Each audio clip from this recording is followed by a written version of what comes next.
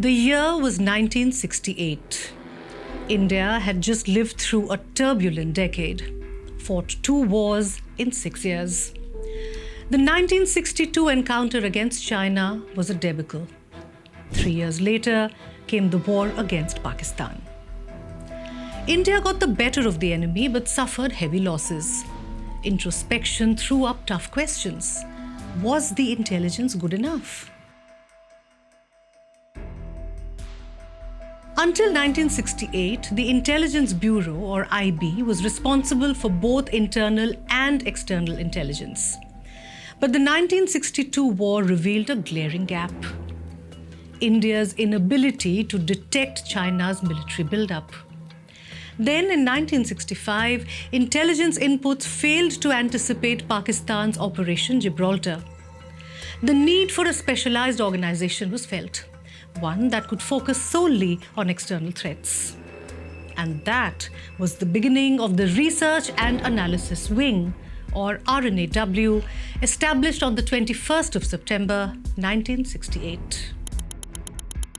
At the center of R&AW's creation was Rameshwar Nath Kao. An intensely private person, R.N. Kao was a legend in the world of intelligence, both in India and abroad. He began his career in the IB and played a part in several operations, from investigating the crash of the Kashmir Princess aircraft in the South China Sea, setting up the Aviation Research Center, to shaping India's role in the 1971 Bangladesh Liberation War. Till date, Mr. Kao's legacy endures. Working along with him was K. Sankaran Nair, the Deputy Chief of R&AW. Nair was key in gathering intelligence during the 1971 war, training and arming the Mukti Bahini, and later uncovering Pakistan's nuclear program at Kahuta.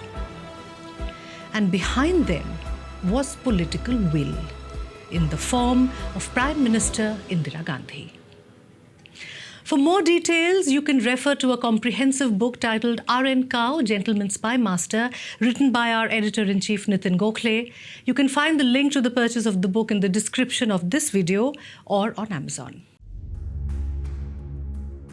The R&AW's credibility was tested soon after its birth. The late 1960s and early 1970s saw rising tensions in East Pakistan. The agency placed its ears and eyes on the ground, tracking events in East Pakistan and sending regular updates to Delhi. It ran secret training camps for Bengali freedom fighters. By late 1971, over 83,000 fighters had been trained with India's support, including 10,000 members of the Mujib Bahini under R&AW supervision. R&AW also persuaded Bengali diplomats posted abroad to rally around the cause of a new Bangladeshi nation. But perhaps its most strategic move was in psychological warfare. As millions of refugees fled Pakistani atrocities and entered India, R&AW worked to ensure the scale of the crisis was understood globally.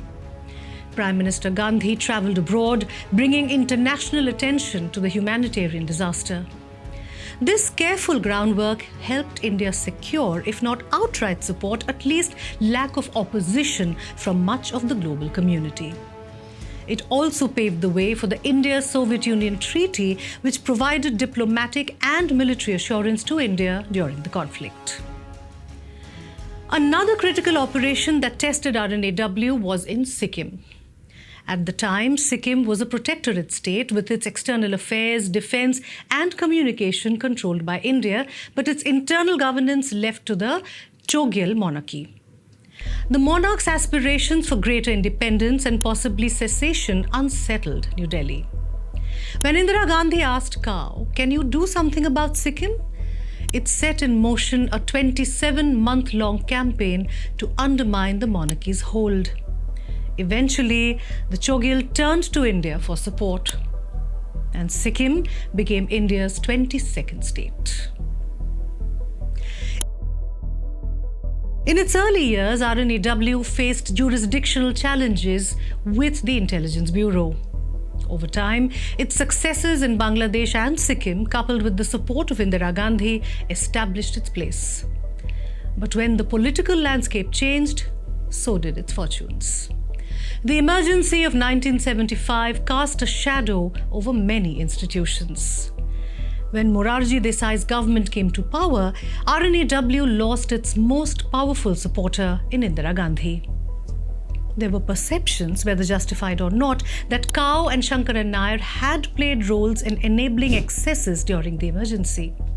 By 1977, Kao stepped down. The creation of R&AW placed India among a select group of nations with a dedicated external intelligence agency. It was an answer to both Pakistan's ISI and China's advanced and evolving intelligence machinery. And it remains indispensable.